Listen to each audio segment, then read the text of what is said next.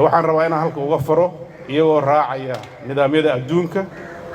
dalal badan oo federaal oo waxaa jira laba lacagood kala leh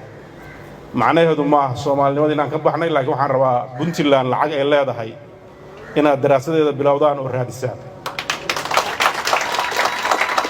muddaan sugaynay in dawladda mid ah shilin Soomaaliya oo midaysan la sameeyo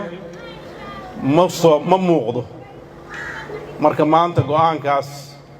ayaa dawladdu waayadan ka shaqeynaysay daraasadeeda socota waxaan rajaynaynaa muddo gaaban oo inta 2025 lagu jiro haddii Ilaahay idan ka dhigo in la helo lacag Puntland ay leedahay oo hadhow la jaan qaadi doonta nidaamka maaliyadeed ee Soomaaliya markii miyirka iyo maskaxdu soo noqoto